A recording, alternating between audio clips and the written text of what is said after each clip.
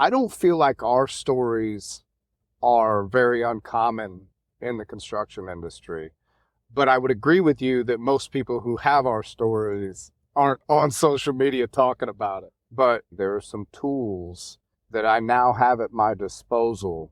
Where did it come from though? Like, why were you compelled to put up this armor? I'm a badass. Don't mess with me because I'm going to take you down. Oh man, I got a good one for you. And if you want to hear the answer to that question, just stick around and listen to the rest of my conversation with my buddy, Mr. Matt Oley, who I met through the LinkedIn.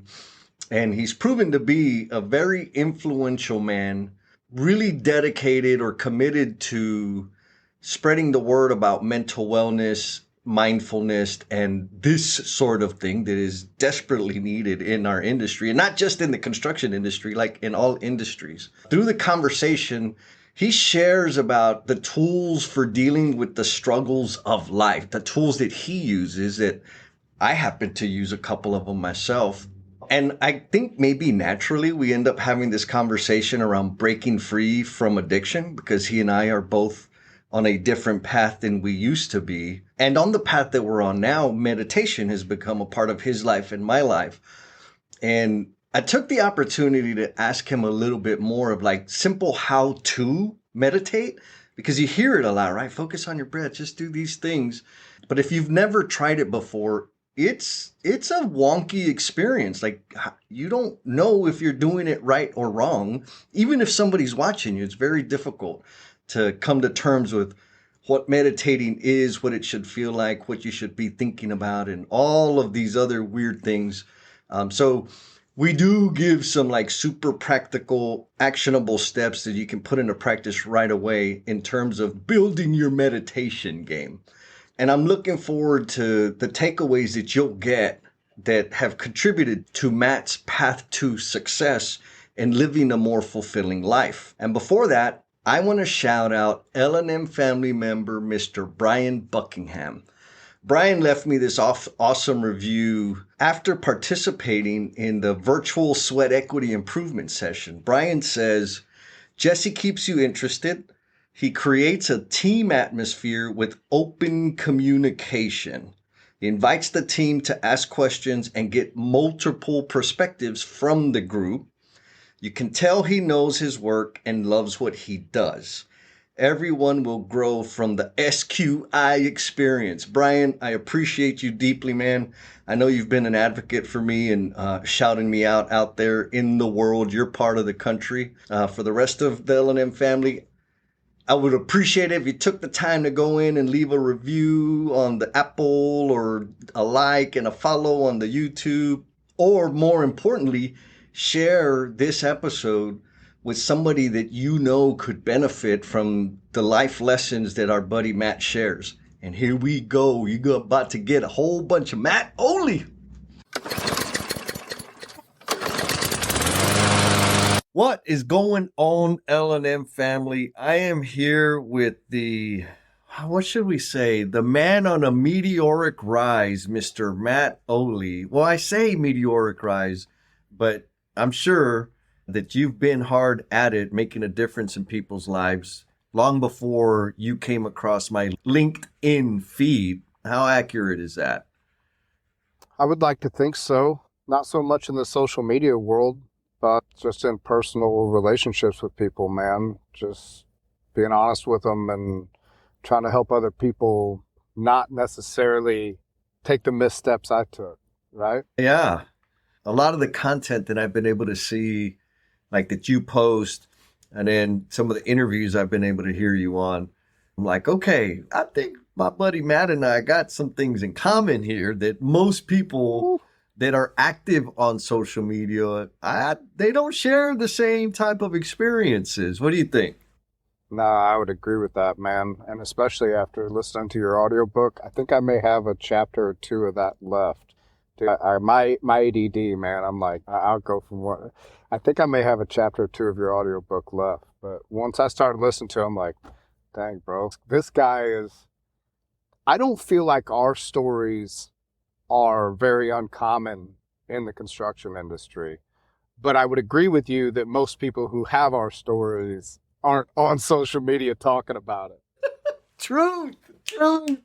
So, man, you mentioned you kind of roll a certain way that I appreciate. And when I say that, what I'm talking about is vulnerable, transparent, real. That's just how, I think the first time I read one of your posts, I was like, this is so good. This boy can't be fronting. This gotta be real.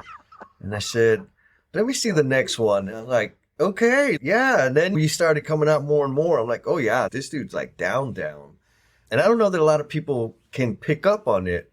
And we'll talk about the social media stuff because it feels like it's this new life that just blew up on you. But I want to learn what led up to that. Where did all of that come from? And so maybe to help the L&M family out there understand, what do they really need to know about you that's difficult to capture on a LinkedIn or Insta post? I like how you say, you're like, man, this guy's down. Like, he's real. That's it, man. I still struggle. I still struggle emotionally, mentally. Like that's the big thing I'm on.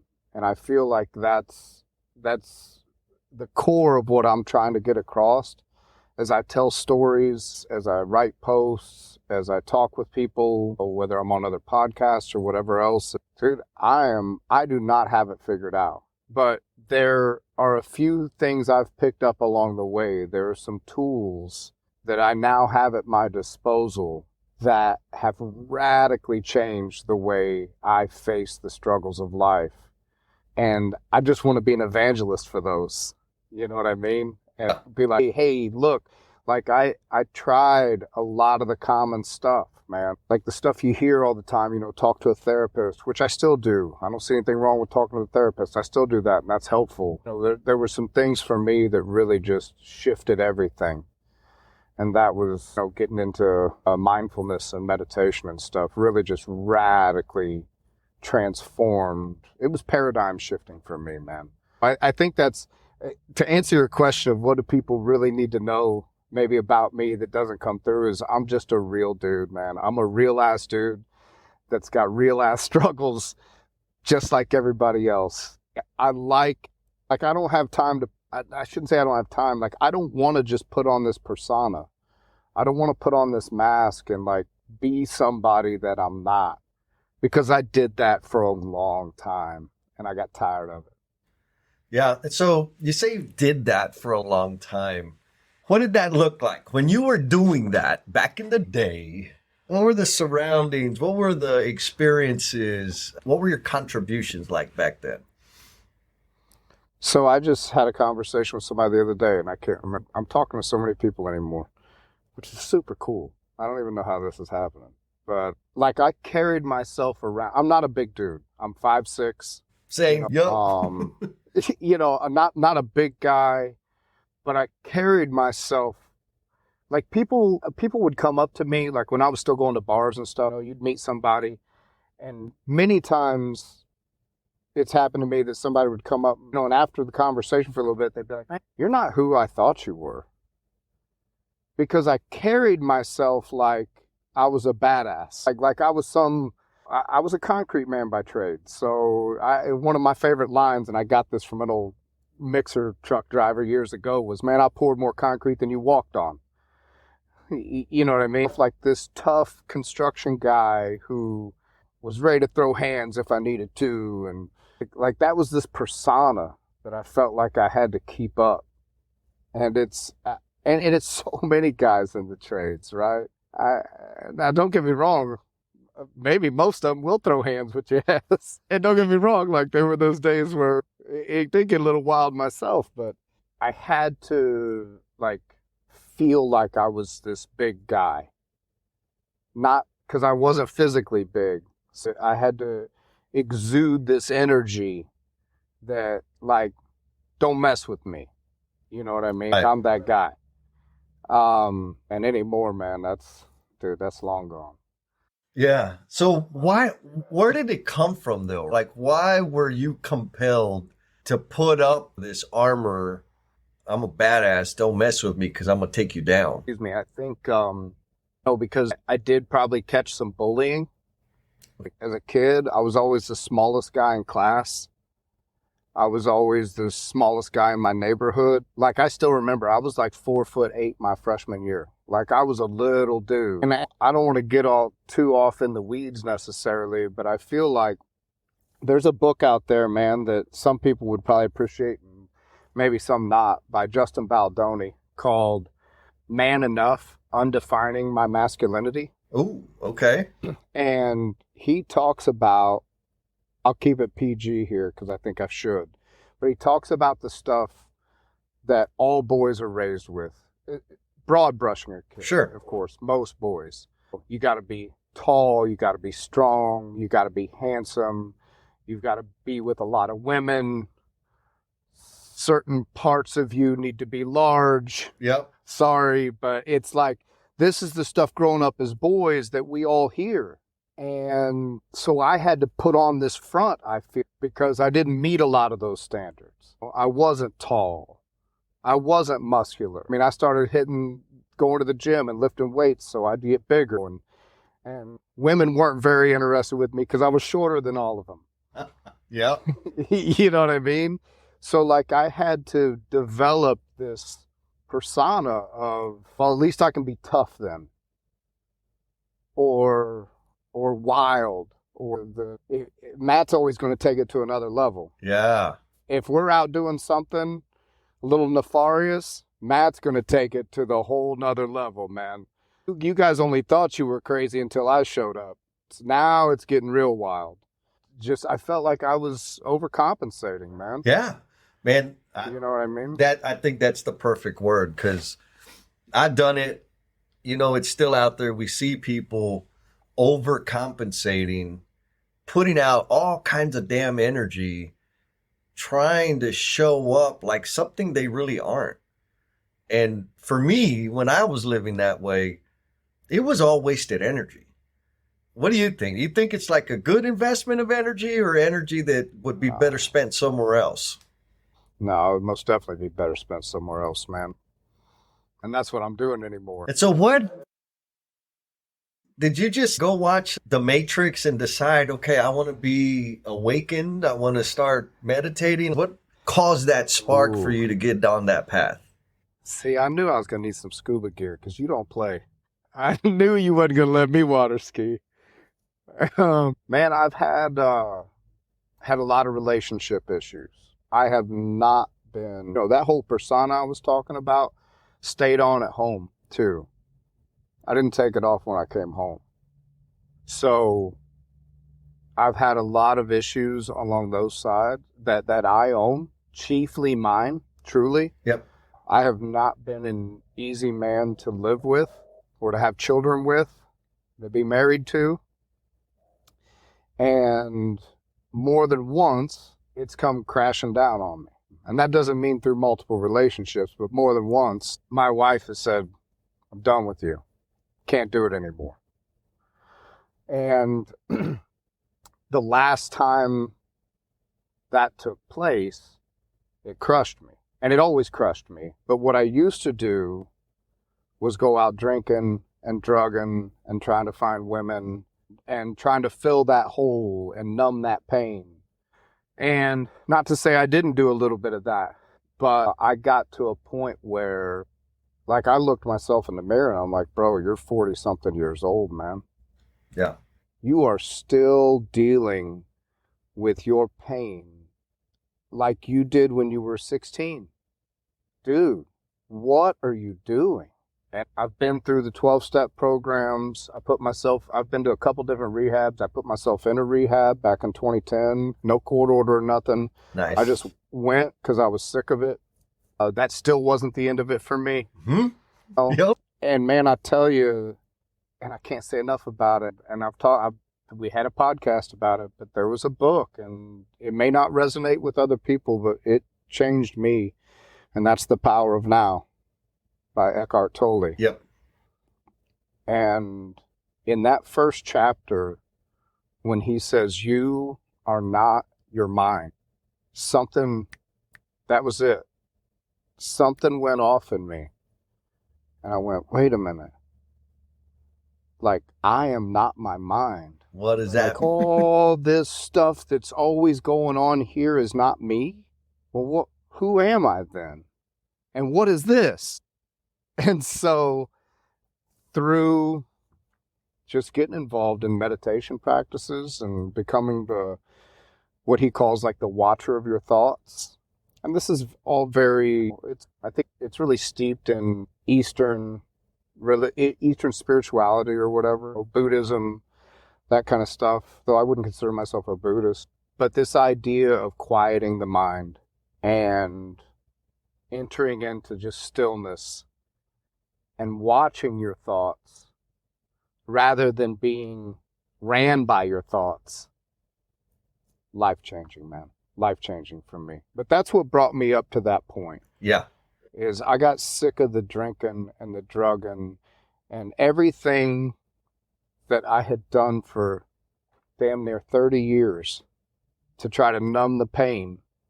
I said, I'm done. I'm done. I don't know what it takes, but I'm done.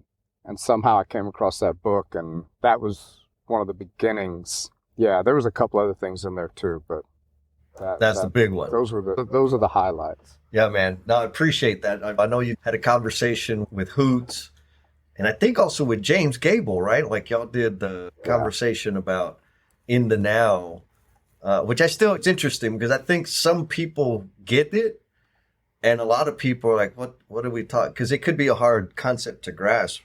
I think the big takeaway for me is rather how I can relate to it is one of the times I was in rehab, court ordered, by the way, like I wasn't being a nice guy. The judge, I was motivated by the state of Texas, and I came across the book, but I was going to outpatient rehab, and a buddy of mine recommended the book by Viktor Frankl, Man's Search for Meaning. And I was reading it. It's a powerful book, but there was half a quote in there that totally switched my trajectory. It was one of those milestones where it was a hard left because it had to be. And the quote goes something like this: there is a space between stimulus and response. And within that space lies our power to choose. And the more we choose, the bigger the space becomes. Like when I read that, at that point in time, I was on probation because I had bad luck. I was on probation because the cops were picking on me, right? Like I was going out and going out on a bender because she made me mad, right? Like it was everybody else's fault. When I read that, it's no stupid. It's all you, fool. Same thing. Like I was reacting to my thoughts, to these things that were playing in my head, and I didn't need to react to them. I could pause and watch them, like you said, the watcher of our thoughts. So I want to give the L&M family out there some practical steps, because I'm a huge advocate of meditation. And I also know that it's not the easiest damn thing in the world. And it ain't about lotus position and having our namaste. It's not about that. So simple, practical, first time you try to do it, what would you suggest to people focus on if it's their first rep to start down this path? Focus on your breath. And where I started was with what they call the 4-7-8 method. So I would breathe in through, there's a great book. I'm always going to drop books. Corey Muscara's got a book called Stop Missing Your Life. It's all about meditation. Very practical, simple book about meditation. So the 4-7-8 method. Breathe in for 4 seconds, hold for 7, out for 8. And how I started was simply by doing that, is I would breathe in through my nose for 4 seconds, hold, and I would count in my head. 1, 2, 7, and then for 8 seconds, breathe out my mouth. And I would just do that over and over again. Now, it takes a minute. If you've never done it before, you're going to breathe out in about 3 seconds. And then you're going to be like, dang, bro, the out breath's got to be longer than the in. Like, how do I? It's going to mess with you for a little bit. But, and there are great apps out there on, free apps, I think even. Oh, yeah. YouTube's got stuff out there. Guided meditations may be a good way to start. There's a bunch of that stuff. There's probably guided meditations on Spotify and everything else. Yeah. I'm not a fan of the guided meditation because I'm like, man, I got enough voices in my head. I don't need another one. Like, fair. I can't even stop them ones that are already there, man. That's what I'm trying to do. I don't need another. Like, shut your mouth. I'm trying to focus here. That's so but breathing, man. Yeah. That's it. Focus on your breath. Yeah. Yeah. For me, it was when it was my sponsor. I was in 12-step meetings. You start meditating. I'm like, what the? Like, I just stopped drinking. What do you mean? What are you talking about? Meditate? What is this? And dude, like, just 5 minutes. I'm like, oh, I could do 5 minutes. But man, I tell you, it felt like years because ideas, thoughts would come in my head and I would go chasing them.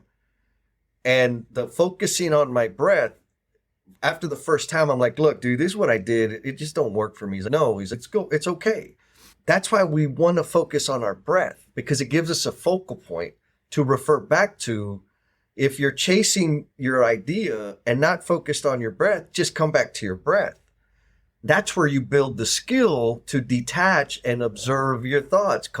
You're gonna chase them.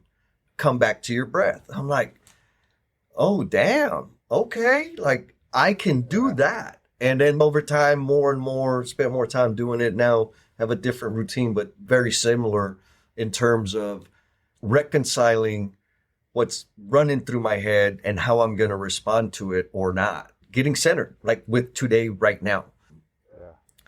Man, so you're this tough ass construction worker, long, sexy beard, and you meditate. So what was it like? How did your people at work, on the job site, at home, how did they respond to, in the early days of your transformation, how did they respond? What should people expect if they're going to go down this path? I think I just separated myself from everybody at first. And I'm not suggesting this is the path for anybody else to go down, but I pretty much went into some isolation for a while. And just because I had some demons, man. And once you start getting quiet and sitting in the stillness with yourself, and you ain't got no metal or no gangster rap or no anything like that, keeping your thoughts, you know what I mean? Oh, yeah. I mean, because that's another thing I figured out too, I think, about myself, is that's why I always had to have some music or distraction or TV, I did not want to be alone with this. Oh, yeah. And once you start getting alone with this, look, I'm not suggesting you start meditating and just, oh man, life is peace and good. And now it's just all namaste and love and light. No, bro. Go ahead and get a little quiet with yourself and find out what else you find out about yourself. True. So I think at first for me, man, I ended up isolating for a while, man. Like I had friends and stuff that were like, damn, bro, you don't call no more? Oh, we don't. And I'm like, man, I'm on some different shit now, man. Like I gotta get myself right. And that's where I think some talk therapy helped too. Because not only was I doing meditation and mindfulness practices and stuff, I was talking this stuff out with a therapist. Yeah. Because as I'm getting quiet with myself, I'm finding out more about myself that is uglier than what I thought. You know what I mean? I don't know for me, and again, I don't know if that's advice for anybody. It may not be a good thing, but that's the route I took, is I really just pulled back from the world around me and started digging deep into who I really was. Because I wore this mask for so long. That persona was me. That's who I thought I was. I thought I was that person that I portrayed to everybody else. Yeah. Come to find out, I'm not that dude. Yeah. Yeah. And then when you start being not that dude and you start talking with people, then, bro, what are you on? And I thought you were clean. What you been smoking, bro? And it's like, I don't know what to tell you, man. I'm on another level now, and not in a judgment way, like I'm on any kind of, but life is different. My perception of life is different. So, what were some of the things that you learned when you were in that period of solitude? What were some of the big takeaways you discovered about yourself? Man, you don't play, do you? Oh, you already know I got to do the cliffhanger thing. I've gotten a couple of folks that maybe aren't as excited about me cutting it off midway. And I'd really like to know, like, is that irritating to you or does that keep you engaged? How does that make you feel? Let me know because I'm flexible. And I can certainly go back to having the full length episodes, but I'm looking for some indicators, some signals that you would appreciate that. And the conversation that Matt and I had, it kind of took me back to not only back in the day on how I lived a very selfish life in terms of consumption and self-destructive behaviors, but also the way I used to lead groups and the way I used to practice continuous improvement, which was also very selfish. It was really just focused on producing better outcomes, better financial results with no regard for the men and women that were doing the work. I was just trying to make them go faster. And luckily, I was taken by the ear and had my head shook around by a few coaches, Bryant Sanders, David Verbal, and several others out there that contributed to a shift in my thinking around continuous improvement. And that shift is totally baked into the virtual SQI experience. So if you've been out there playing around in continuous improvement or practicing lean on your construction sites, or if you've got like some talented field leadership that need some tools or a framework to make things better for their people and get better connected with their people and also produce production that affect our bottom lines and our schedules, consider virtual SQI. There's going to be a link down there in the thing. You can sign up for the webinar to learn a little bit more about this wacky thing that I'm bringing up, or you can just sign up for the next session that's coming up. Either case, be kind to yourself, be cool, and we'll talk at you next time. Peace!